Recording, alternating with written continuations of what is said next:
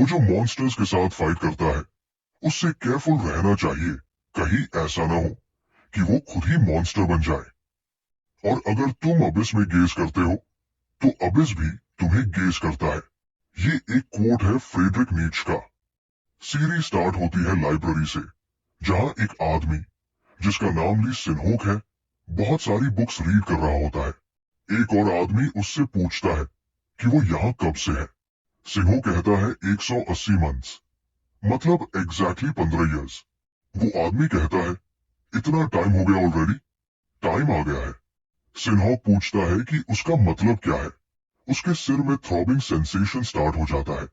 जैसे ही उसे कुछ वर्ड्स सुनाई देते हैं, वेक, आइस, साइक और उसका नाम। उसके बॉडी से कोल्ड स्वेट निकलने लगता है।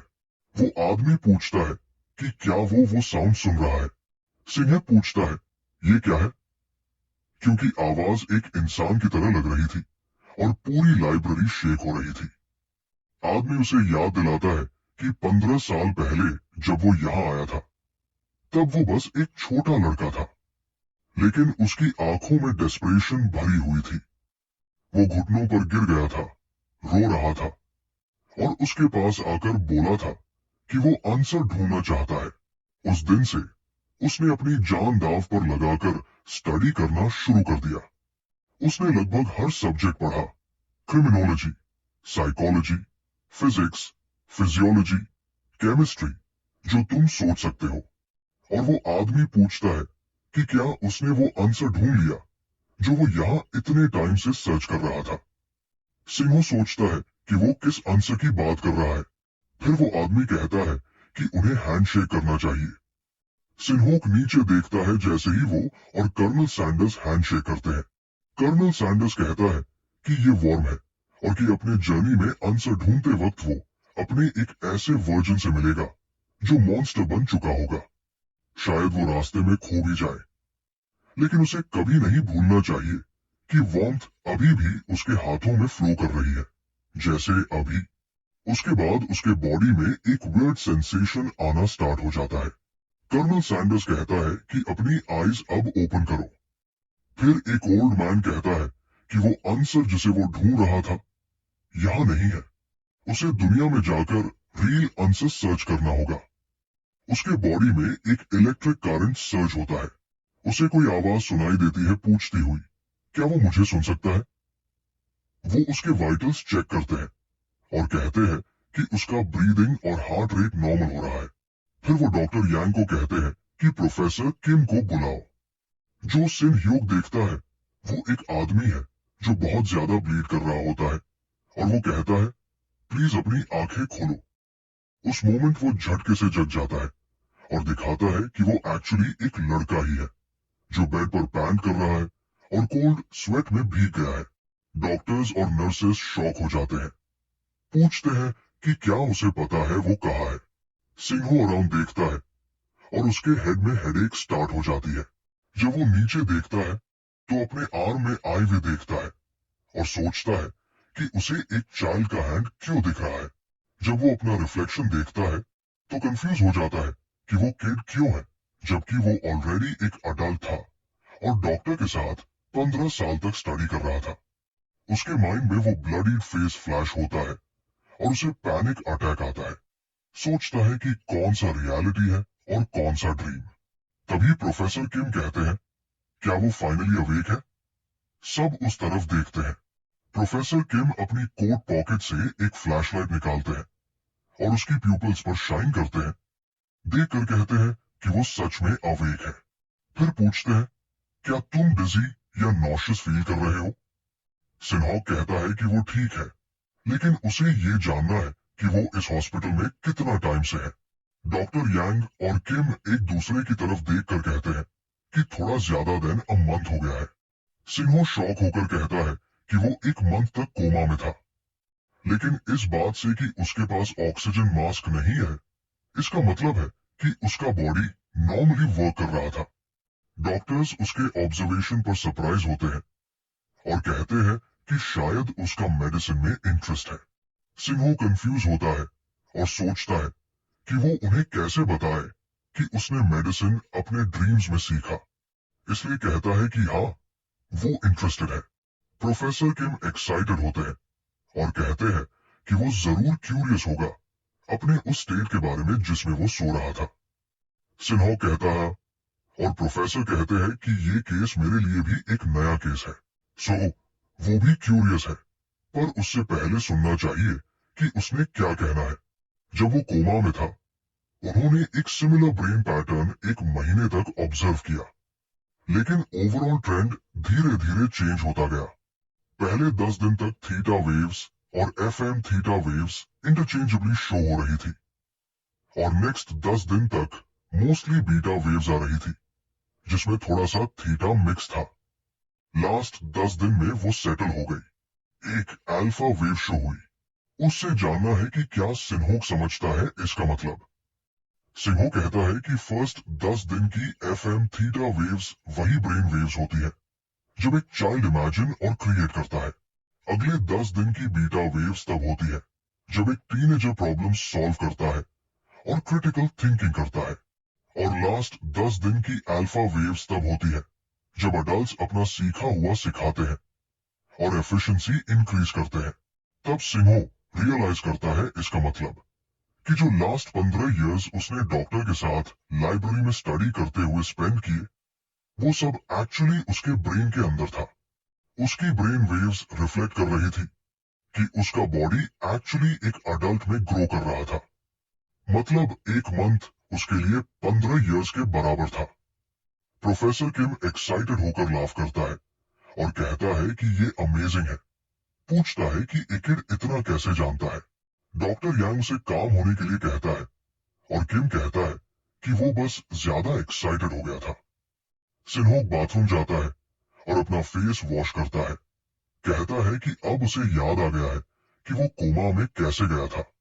वो एक स्नोई नाइट थी और वो बैडली बीटन था जब कोई उसकी शर्ट पकड़ के कह रहा था कि फॉलो करो। सिन्हो कहता है कि उन्हें ड्राइव नहीं करना चाहिए जब वो ड्रंक है, और तब हमें पता चलता है कि वो उसका फादर था। उसका फादर पूछता है कि वो किसको लेक्चर दे रहा है और उसे कार में बैठने को कहता है।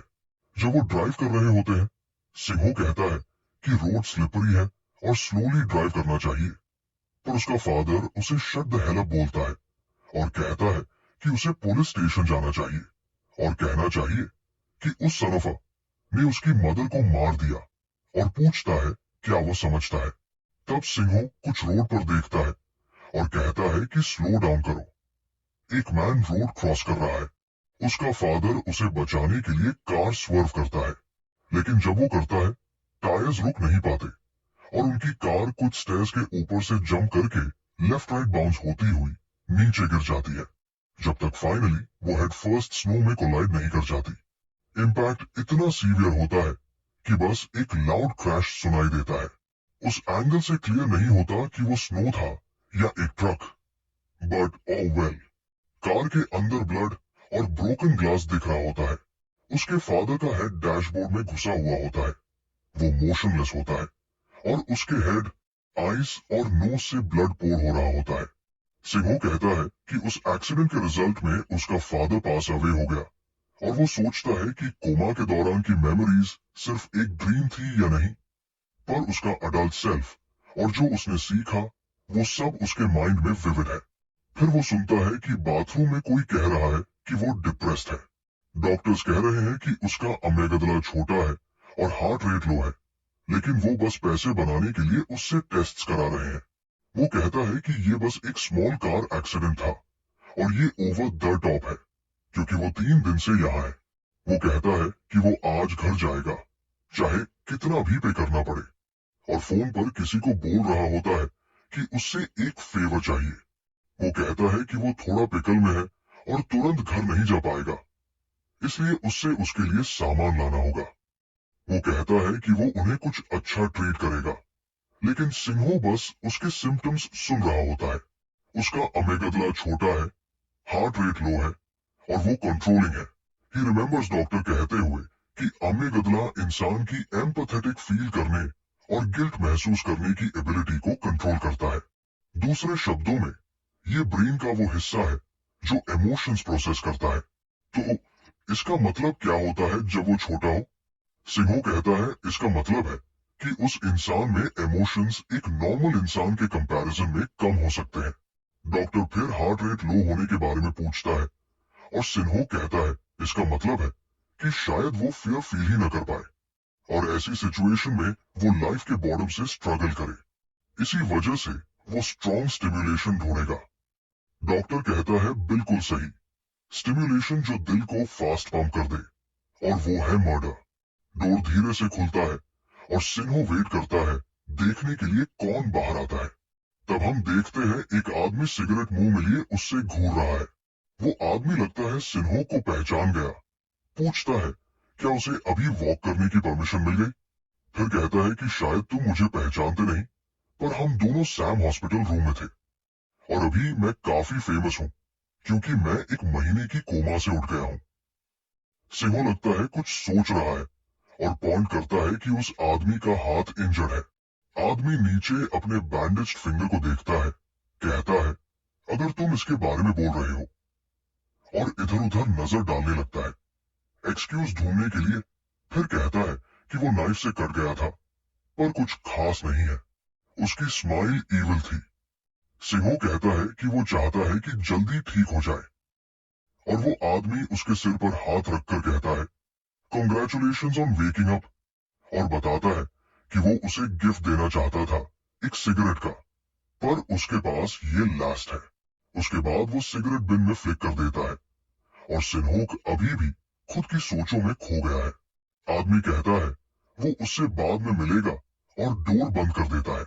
सिन्होक उस आदमी के बारे में और जानना चाहता है और एक नर्स के पास जाकर उसे बुलाता है।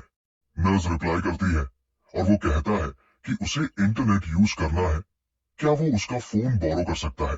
नर्स कहती है ऑफ कोर्स, तुम्हें क्यूरियोसिटी होगी कि दुनिया कितनी चेंज हो गई है। वो कहता है हाँ। जैसे ही वो ब्राउज करना शुरू करता है उसे शॉक लगता है जब वो देखता है कि एक रैंडम मर्डर हुआ था एक वुमन पर और विक्टिम अभी एक नियर बाय हॉस्पिटल में ट्रीटमेंट ले रही है। अगर कट 1 इंच डीपर होता तो वो मर जाती और ये 3 दिन पहले हुआ था। सिंहो अपने दिमाग में सीन इमेजिन करता है। वो क्लियरली विजुअलाइज करता है एक वुमन वॉक कर रही है और जब वो किसी के रनिंग साउंड पर टर्न करती है तभी उसे साइड से स्टैब किया जाता है।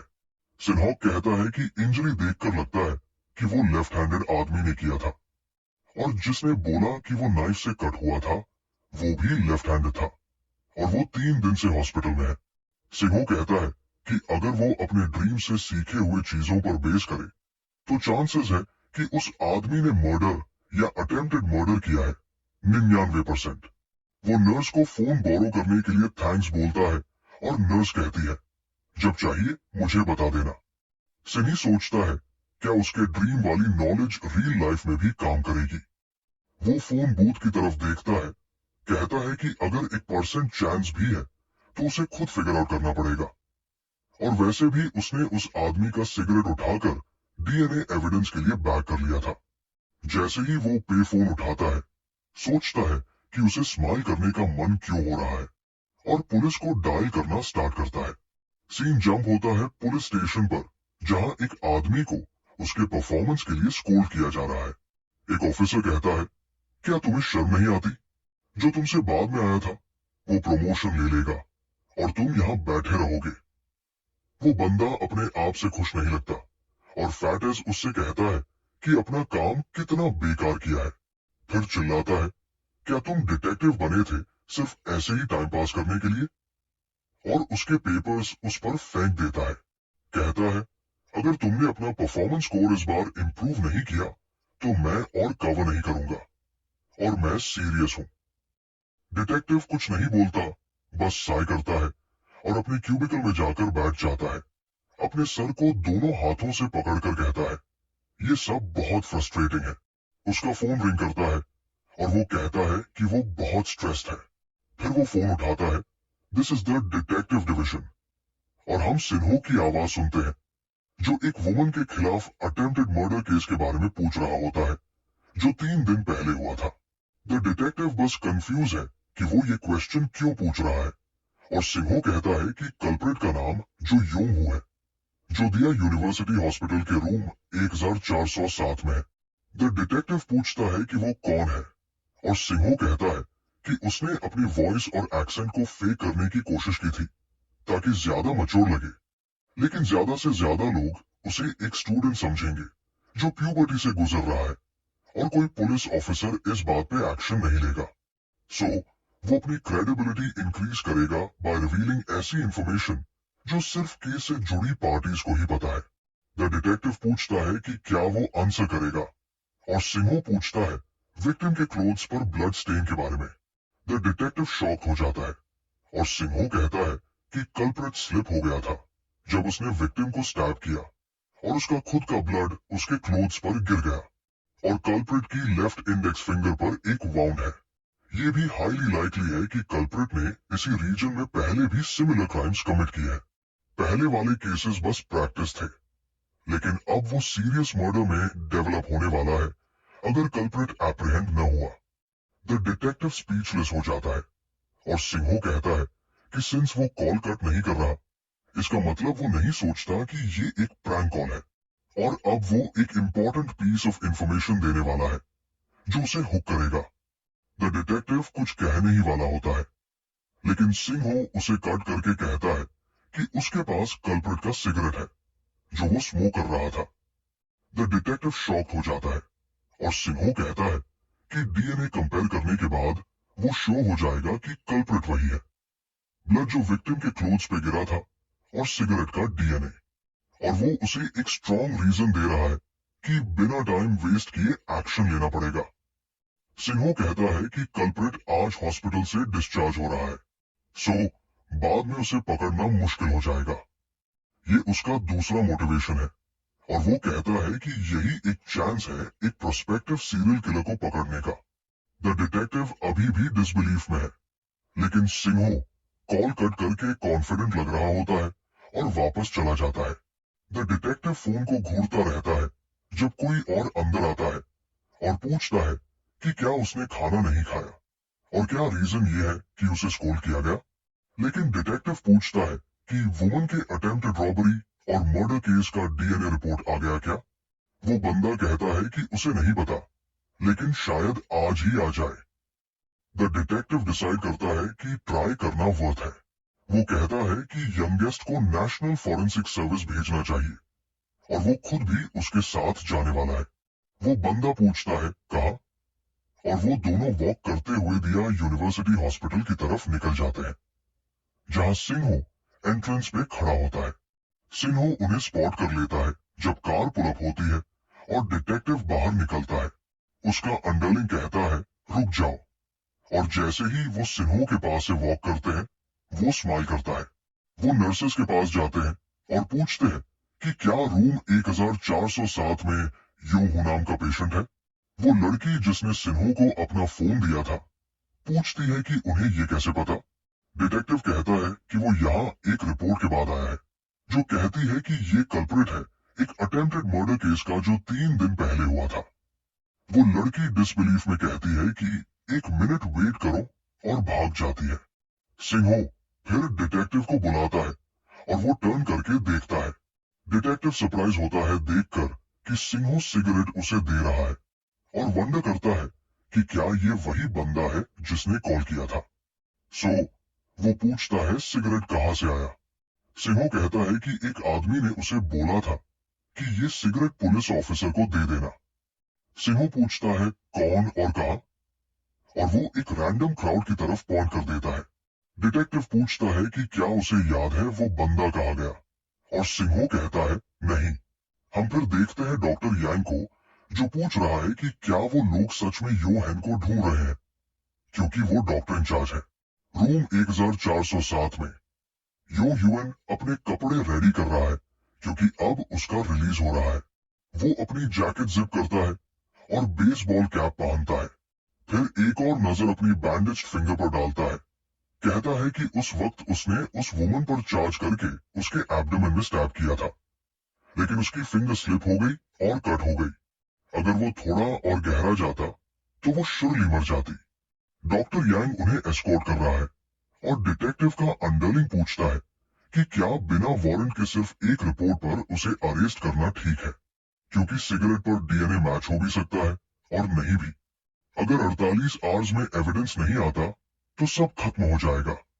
और उसे पता है कि टीम मैनेजर अभी काफी एज पर है। डिटेक्टिव को ये भी पता है, क्योंकि उसे पहले बार किया गया था, कि वो अब और कवर नहीं कर सकता। डिटेक्टिव कहता है कि वो जाने वाला है चाहे कुछ भी हो, और वो फुल रिस्पॉन्सिबिलिटी लेगा, बस उसे फॉलो करना है। वो लोग एक 47 पर पहुंचते हैं, और जब रूम में एंटर करते हैं तो शॉक हो जाते हैं कि यूं हू वहां नहीं है। डॉक्टर यांग कहता है कि ये पेशेंट का बेड है, लेकिन उसे नहीं पता वो कहाँ गया। एक ओल्ड लेडी कहती है कि उसका डिस्चार्ज हो गया, तो वो बाहर चला गया। डॉक्टर यांग कहता है कि उसने डिस्चार्ज प्रोसेस तक कंप्लीट नहीं किया। डिटेक्टिव्स रियलाइज करते हैं कि वो उनका ही आदमी है जो एस्केप करने की कोशिश कर रहा है। वो कहते हैं कि उसे ढूंढना होगा। फिर हम सुनते हैं यूं हू को फोन पर, जो पूछता है कि क्या वो आ गए और जो चीज मांगी थी वो लाई है। वो कहता है कि वो अभी बाहर आने वाला है और वो वेट करे। वो उनकी कार डिटेल्स पूछता है और फिर हंसकर फोन कट कर देता है। सिनी उससे पूछता है कि क्या वो सच में बिना बिल पे किए डिस्चार्ज होने की कोशिश कर रहा है। यंग हैन धीरे से मुड़ता है और सरप्राइज होता है कि वहां सिन्होक है।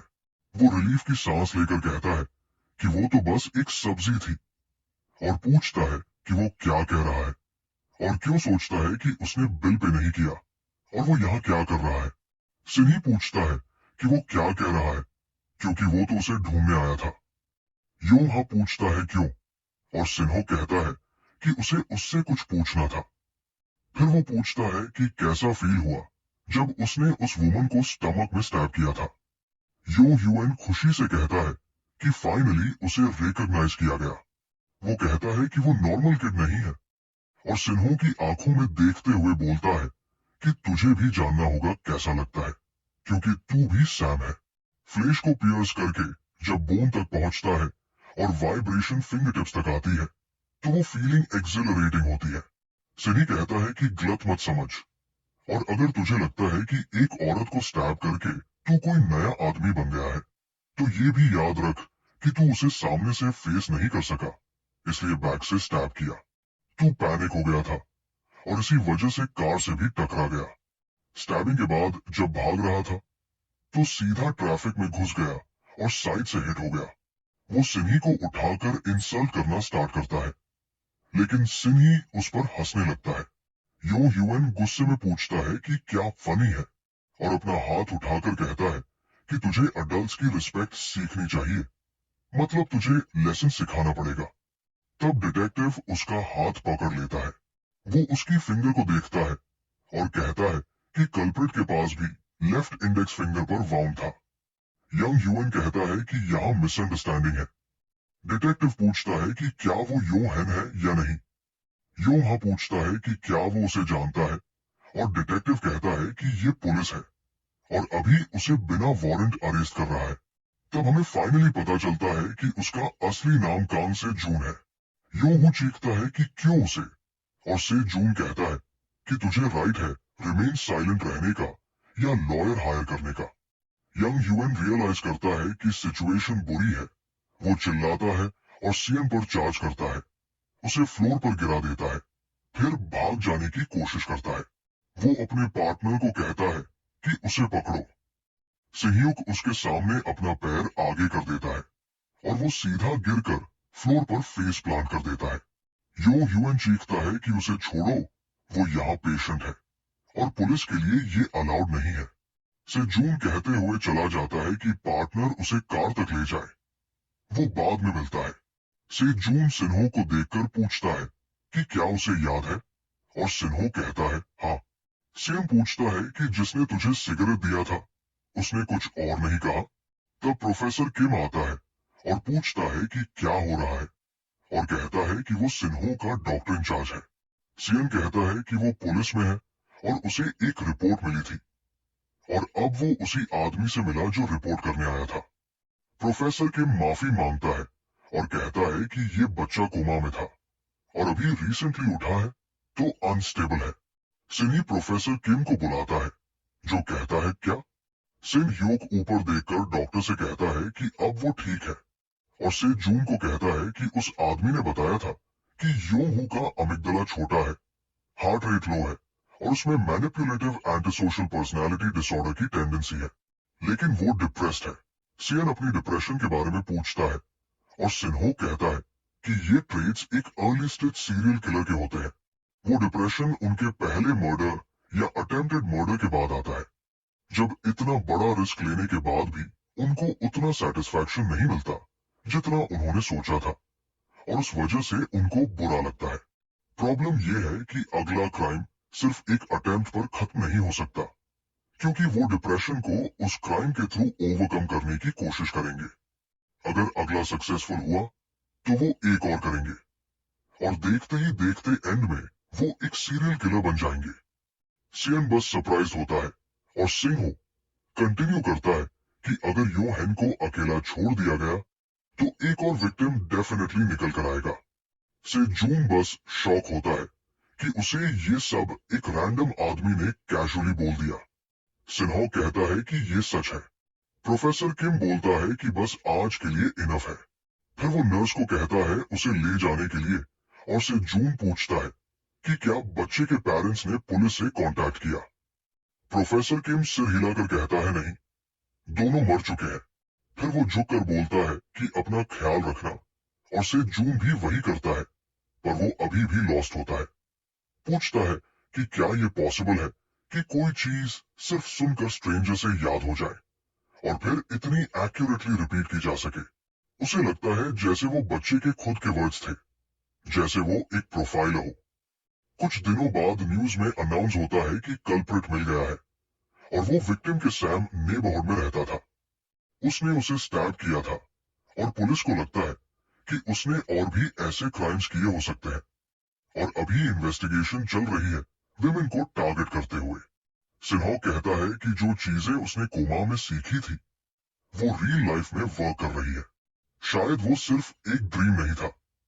तभी कोई उसके पास आता है और एक छोटी लड़की उसकी तरफ घूरती है। उसे रियलाइज होता है कि शायद वो उसके बैग का सामान लेने आई है, तो वो पूछता है कि क्या वो चाहती है। लड़की बोलती है तो वो कहता है कि तुम सब ले सकती हो। वो एक्साइटेड हो जाती है और वो सोचता है कि इन स्नैक्स का क्या करता जो नर्सेस उसको देते रहते थे। लड़की उसका शुक्रिया करती है, बोलती है तुम अच्छे हो, और बाइट लेती है। तब वो नोटिस करता है कि उसकी एक दांत मिसिंग है, और उसे कुछ याद आता है। एक और छोटी लड़की की मेमोरी। उसका सिर दर्द करने लगता है और उसके दिमाग में एक इमेज आता है। खून उड़ रहा है, एक औरत रो रही है, जमीन पर गिर रही है और उसकी तरफ कुछ बोल रही है। तभी एक आदमी गाड़ी से बाहर निकलता है। वो देखता है कि वो आदमी गोल्ड टूथ के साथ हंस रहा है। शायद उसने याद किया क्योंकि टूथ ट्रिगर बना। वो सोचता है क्या ये मेमोरी है या बस एक डिलीरियम, और कहता है कि शायद ये मेमोरी डिसऑर्डर है। ये एक कॉमन सिम्टम है कोमा से उठने के बाद। लेकिन अगर ये सिर्फ डिलीरियम होता तो ये दिल तोड़ने वाला इमोशन कैसे आता? और वो सोचता है कि उसकी माँ को क्यों मरना पड़ा।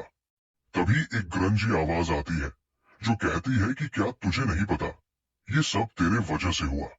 वो मिरर में देखता है और अपना रिफ्लेक्शन एक वुल्फ का देखता है जो रो रहा है। सिंहक अचानक होश में आता है जब नर्स उसे बुलाती है। पूछती है कि क्या वो ठीक है, क्योंकि वो जवाब नहीं दे रहा था। वो कहता है कुछ नहीं, पर सोचता है वो क्या चाहती है। नर्स कहती है कि उन्हें कहीं जाना है, और वो पूछता है कहाँ। नर्स कहती है प्रोफेसर किम तुमसे मिलना चाहते हैं। वो कहता है ठीक है, और जैसे ही वो मिरर में फिर देखता है उसका नॉर्मल रिफ्लेक्शन वापस होता है। नर्स उसे फॉलो करने को कहती है और वो चलता है। चलकर जाते हुए नर्सेस बात कर रही होती है कि आज उसका डिस्चार्ज है, और लगता है जैसे कल ही वो एयर में आया था और अब डिस्चार्ज हो रहा है। उन्हें शॉक हुआ था जब उसको पहली बार देखा था। उसके ज्यादा वूंड्स मारने से थे एक्सीडेंट से भी ज्यादा। एक नर्स कहती है कि एक नजर में समझ आ रहा था कि उसके साथ अब्यूज हो रहा था। उसका फादर ड्रंक ड्राइव कर रहा था और पता नहीं वो क्या सोच रहा था क्या वो सबको साथ मरना चाहता था, लेकिन वो खुश है कि उसका सीट बेल्ट एटलीस्ट फासन था। दूसरी नर्स पूछती है कि इसका मतलब फादर का नहीं था। पहली नर्स कहती है हाँ, और बताती है कि उसकी माँ एक्सीडेंट से 6 महीने पहले ही मर गई थी। ट्रेजेडी एक के बाद एक उसके साथ होती गई और वो बुरा फील करती है। दूसरी नर्स सोचती है कि डिस्चार्ज के बाद क्या होगा और क्या कोई है जो उसको ले जाए। पहली नर्स कहती है कि उसे ऑर्फनेज भेजना था रूल्स के हिसाब से, लेकिन फॉर्चुनेटली प्रोफेसर किम उसे अपने फॉस्टर सन के रूप में लेने वाले हैं। दूसरी नर्स शॉक होती है और पूछती है कि क्या उसे पता नहीं था। फिर वो कहती है कि प्रोफेसर सिंगल और रिच है, तो ये सिन्हों के लिए अच्छा है। दूसरी नर्स कहती है कि उसने तो जैकपॉट मार लिया, गोल्डन स्पून मिल गया, और वो थोड़ी जेलस होती है। जब सिन्हों को ले जाया जा रहा होता है, तब हमें फाइनली पता चलता है कि प्रोफेसर किम का पहला नाम मिन डब्ल्यू है। नर्स नॉक करती है और कहती है कि उसे ले आई है, और मीनू कहता है एंटर। सिन्होक वंडर करता है कि क्या हो रहा है, और जैसे ही दरवाजा खुलता है, हमें स्लम्स दिखते हैं। वहां एक छोटी लड़की एक बिल्ली को खाना खिला रही होती है। वो उसे देखकर बहुत खुश होती है और उसे बेली रब्स भी देती है। कैट उसके साथ खेलने की कोशिश करती है और लड़की बहुत मजा लेती है। फिर वो अपना फोन निकालती है और रिकॉर्डिंग स्टार्ट करती है। हम देखते हैं कोई उससे लियरस आइज से घूर रहा है, इवन दो वो सिर्फ एक छोटी सी लड़की है। What a freak. जैसे ही उसे अप्रोच करते हुए सुनाई देता है, वो टर्न करती है और कहती है हेलो। हमें पता चलता है कि उसका नाम बोरा है, और वो आदमी पूछता है कि क्या वो फिर से कैट को फीड कर रही है। कहता है कि वो इतनी अच्छी लड़की है, और वंडर करता है कि उसकी मॉम और डैड कहाँ है। वो कहती है कि उसका डैड वर्क पर है और उसकी मॉम सुपरमार्केट गई है। आदमी स्माइल करता है और पूछता है कि क्या ये सच है। फिर कहता है कि अभी कोई पास नहीं हो रहा और वो इसे क्विकली फिनिश कर सकता है। सोचता है कि क्या इसे खत्म कर देना चाहिए। This guy needs to be executed. आदमी बोरा से पूछता है कि क्या उसने कहा था कैट का नाम क्रीम है। वो कहती है हाँ, और कि वो प्रिटी है क्योंकि उस पर सूट करता है। आदमी कहता है कि वो बहुत खुश है कि क्रीम उससे मिला, और फिर मेंशन करता है कि एक किटन उसके घर आया था जिसका मॉम नहीं लगता, और वो कोल्ड में शिवर कर रहा था। वो वंडर करता है कि क्या बोरा उसे लेना चाहेगी क्योंकि उसके पास कैट फूड नहीं है। बोरा एक्साइटेड हो जाती है और पूछती है कि क्या वो सच में ले सकती है। आदमी का दिल फास्ट धड़कने लगता है और कहता है कि उसे अपनी मदर को ये मेंशन नहीं करना चाहिए। वो हंसती है और कहती है ओके। वो कहती है कि किटन्स वीक होते हैं, इसलिए उन्हें क्विकली वार्म करना पड़ता है। आदमी कहता है कि उस केस में उन्हें जल्दी करनी चाहिए और पूछता है कि क्या किटन्स किबल भी खाते हैं। वो कहती है कि उन्हें वाटर के साथ मिक्स करके सॉफ्ट बनाना चाहिए और वो स्नैक्स भी लव करते हैं। आदमी कहता है कि वो एक्सपर्ट लगती है और उसका दिल और तेज धड़कने लगता है। हॉस्पिटल में माइनस रूम के अंदर सिन्ही थोड़ा कंफ्यूज लगता है क्योंकि उसके सामने सिर्फ स्वीट ड्रिंक्स और बहुत सारे एनर्जी ड्रिंक्स रखे होते हैं। मीनू कहता है कि उसे नहीं पता था वो क्या पसंद करता है और पूछता है कि वो कैसा फील कर रहा है। सिंहो कहता है वो अच्छा फील कर रहा है, और मीनू कहता है कि दैट्स ग्रेट और बताता है कि आज वो डिस्चार्ज हो रहा है। पूछता है कि उसके क्या प्लान्स है। सिंहो कुछ नहीं कहता और मीनू बोलता है कि उसके पास कुछ इंपॉर्टेंट कहना है क्योंकि उसके घर में बहुत सारे स्पेयर रूम्स हैं, और अगर उसे ठीक लगे तो पूछता है कि क्या वो उसके साथ रहना चाहेगा। अगर वो उसका बेटा बन जाए तो वो उसके ड्रीम्स, स्कूल, जॉब और बेसिकली सब में हेल्प कर सकता है। सिंहो सोचता है कि ये एक ग्रेट ऑफर है। अगर वो ऐसे डिस्चार्ज हो गया तो उसे ऑर्फन के तौर पर कोई लीगल राइट्स नहीं मिलेंगे, और उसके लिए अकेला रहना या अपने लिए पैसा कमाना इम्पॉसिबल होगा। उसे इवेंचुअली ऑर्फनेज जैसा प्लेस जाना ही पड़ेगा। तो ये ऑफर एक्सेप्ट करना वाइज चॉइस है, लेकिन वो अपने फादर का ब्लीडिंग प्रोफ्यूजली इमेज नहीं भूल पा रहा। जैसे ही वो डायरेक्टली उससे घूरता है, उसका फादर पूछता है कि क्या वो सोचता है कि ऐसे करने के बाद वो पीसफुली सो पाएगा। सिंहो घूरता है और कहता है कि ये हेल्यूसिनेशन है। कंफ्यूजन ऑफ मेमोरीज जो ब्रेन के कोमा से जागने के बाद हो सकता है, लेकिन उसे नहीं पता कि ये सिर्फ हैल्यूसिनेशन है या वो सच में याद नहीं कर रहा कि क्या हुआ था। मीनू फिर पूछता है कि वो उसके साथ रहने के बारे में क्या सोचता है, लेकिन सिन्ही कहता है कि उसे कुछ पूछना है। मीनू कहता है बोल दो, और सिन्हो पूछता है कि क्या वो उसका लीगल रिप्रेजेंटेटिव बन सकता है। ये सुनकर मिन डब्ल्यू ऑफ गार्ड हो जाता है और पूछता है इसका मतलब क्या है। सिन्हो एक्सप्लेन करता है कि वो ग्रेटफुल है उसके सजेशन के लिए, और अगर वो फॉस्टर सन बन गया तो डेफिनेटली उसकी लाइफ पहले से ज्यादा हैप्पी होगी, लेकिन उसे अपने घर लौटकर कुछ चीजें सेटल करनी होंगी क्योंकि अभी तक उन्हें सॉल्व नहीं किया गया। मीनू पूछता है क्या मतलब, और सिन्हो कहता है अपने फादर और मदर की डेथ का। वो बिलीव नहीं करता कि वो सिर्फ एक्सीडेंट्स थे। मीनू सरप्राइज होता है और कहता है इसका क्या मतलब है। बोलता है कि वो एक बच्चे को अकेला नहीं छोड़ सकता। सिन्हो कहता है कि वो भी उसके साथ ये रिलेशनशिप कंटिन्यू करना चाहता है, लेकिन अभी नहीं। अगर वो उसके साथ रहा प्रॉब्लम सॉल्व किए बिना, तो ये उसके लिए भी प्रॉब्लम्स क्रिएट करेगा।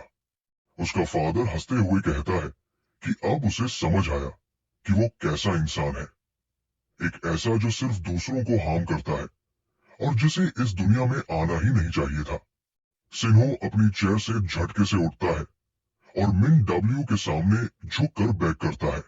अगर वो फॉस्टर सन बन गया तो उसे स्कूल जाना होगा और उसके एक्शंस लिमिटेड रहेंगे, लेकिन वो उसका ऑफर डिक्लाइन करके माइनर होते हुए सोसाइटी में सर्वाइव भी नहीं कर सकता। लीगल रिप्रेजेंटेटिव ही बेस्ट चॉइस है जिससे दोनों बेनिफिट्स मिलेंगे। मीनू सोचता है कि क्या ये नॉर्मल है कि इस एज के बच्चे ऐसी बातें करते हैं, और ये भी कि क्या वो अकेला रहने से नहीं डरता, लेकिन उसे नहीं पता कि ऐसे मैचुअली बात करते बच्चे को कैसे कॉन्विंस करे। ही कॉल्स सिन्हो का नाम लेकर चिल्लाता है, बोलता है कि उसे नहीं लगता कि वो इससे अग्री कर सकता है उसे अकेला घर भेजना। हाँ, लेकिन उसे लगता है कि वो यूजुअल किड से अलग है, इसलिए वो उसे एक चांस देना चाहता है और अग्री करता है कि वो उसका लीगल रिप्रेजेंटेटिव बनेगा। सिन्हो उसका थैंक्स करता है, लेकिन मीनू कहता है कि एक कंडीशन है। सिन्हो नीचे देखता है जब मीनू उसे एक फोन देता है और कहता है कि इसे ले लो। अगर वो उससे एवरीडे कांटेक्ट करे और बताए कि वो कैसा है, तो वही कंडीशन होगी। वो साइ करता है, बोलता है कि उसने इसे डिस्चार्ज के गिफ्ट के लिए प्रिपेयर किया था, लेकिन एक्सपेक्ट नहीं किया था कि इसे ऐसे यूज करना पड़ेगा। फिर वो हंसता है और कहता है कि बैक साइड देखना, एक कार्ड अटैच्ड है। मीनू बोलता है कि उस कार्ड पर हर मंथ 300,000 भेजा जाएगा, और अगर कभी और चाहिए हो तो वो हमेशा कॉल कर सकता है। सिन्हो उसकी तरफ देखता है और मीनू उसके शोल्डर पर हाथ रखता है। बोलता है कि तुमने रिलेशनशिप कंटिन्यू करने की बात की थी, उसके लिए भी सैम है, वो भी इसे चेरिश करना चाहता है, तो तुम्हें ऐसा नहीं सोचना चाहिए कि तुम अलोन हो। वो चाहता है कि तुम उस पर ट्रस्ट करो और रिलाई करो। अगर तुम उसके इंडेप्टेड हो तो तुम उसे फ्रीक्वेंटली कांटेक्ट करोगे। फिर वो हंसता है और बोलता है कि अगर ये ज्यादा लगता है तो तुम इसे बाद में रीपे कर सकते हो। सिन्हो थैंक्स बोलता है और कहता है कि वो रीपे करेगा। मीनू पूछता है कि क्या वो हैंडशेक कर सकते हैं। सिन्हो अपना हाथ उठाता है और वो हैंडशेक करते हैं। मीनू बोलता है कि ये वार्म है। सिन्हो थोड़ा सरप्राइज होता है, कर्नल सैंडर्स की बात याद करके, जिसने भी यही बोला था। मीनू कहता है कि अच्छा खाना खाना और हेल्दी रहना। सिन्हो वापस घर के लिए निकलता है और बस स्टॉप पर उतरता है। उसके हाथ में एक बैग होता है जिसमें स्नैक्स होते हैं। उसे पता चलता है कि ये सब नर्सेज ने दिया था। वो नीचे देखकर कहता है कि एक्चुअली उसका मन कॉफी पे कर रहा है। तभी उसे एक औरत अपनी बेटी को बुलाती हुई सुनाई देती है। वो बेटी बोरा होती है और वो औरत फ्रैंटिक होती है। वो सिन्हो को देखती है और पहचानती है। पूछती है कि क्या उसने बोरा को देखा है। सिन्हो पूछता है कि वो कौन है, और उसके ब्रेन में एक शॉक आता है। उसे एक फ्लैशबैक आता है जहां वही औरत उसके सामने एक बॉल ऑफ राइस रखती है। बोलती है कि उसे भूख लगी होगी और उसे खाना चाहिए, लेकिन वो उसके सामने नहीं रखती। सिन्हो पूछता है कि क्या वो हैंडशेक कर सकते हैं। सिन्हो कहता है कि हाँ, बिफोर वो कोल्ड हो जाए। वो कहती है कि एक फादर अपने खुद के सन को कैसे मार सकता है, कम से कम उसे भूखा तो नहीं मरना चाहिए।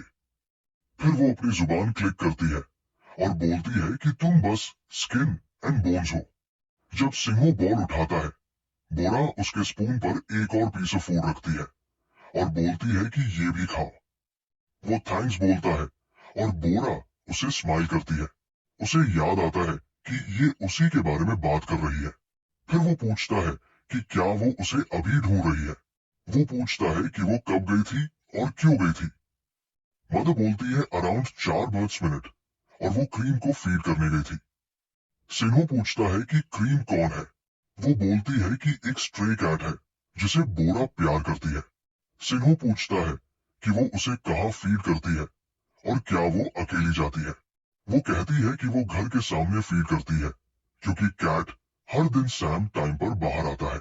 यूजुअली जैसे ही वो उसे बुलाती थी, बोरा वापस आ जाती थी, लेकिन इस बार वो स्टोर गई। सिंहो पूछता है कि क्या वो फोन नहीं उठा रही। मदर बोलती है कि उसका फोन ऑफ है। सिंहो कहता है कि इस बार रूटीन से अलग कुछ हुआ है। मदर पूछती है कि क्या उसने बोरा को देखा है और अगर नहीं तो उसे ढूंढना चाहिए। सिंहो उसकी शर्ट खींचता है और रोकता है। वो कहता है कि हमें पुलिस को रिपोर्ट करना चाहिए। मदर पूछती है कि वो क्या बोल रहा है। सिंहो कहता है कि यूजुअली बोरा तुरंत वापस आती है जब बुलाया जाता है, लेकिन अब 1 घंटे से ज्यादा हो गया है। उसका फोन भी ऑफ है। मदर बोलती है कि ये टू मच है। सिंहो कहता है कि ये किडनैपिंग है। टाइम कम है क्योंकि 3 घंटे के अंदर 75% चांस होता है मर्डर का। वैसे कोई इस स्टैटिस्टिक को फैक्ट चेक करे। मदर टेरिफाइड हो जाती है और सिंहो कहता है कि टाइम क्रिटिकल है, पहले रिपोर्ट करना चाहिए, फिर सर्च करना चाहिए। पैनिक में मदर शेक करती है और नंबर डायल करके पुलिस को कॉल करती है। वो चिल्लाते हुए कहती है कि उसकी डॉटर अभी तक वापस नहीं आई। पुलिस पूछती है कि उसकी डॉटर की एज क्या है।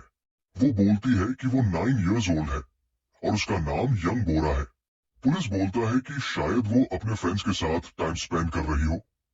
क्या उनसे कांटेक्ट किया है? मदर कहती है कि वो बस कैट को फीड करने गई थी।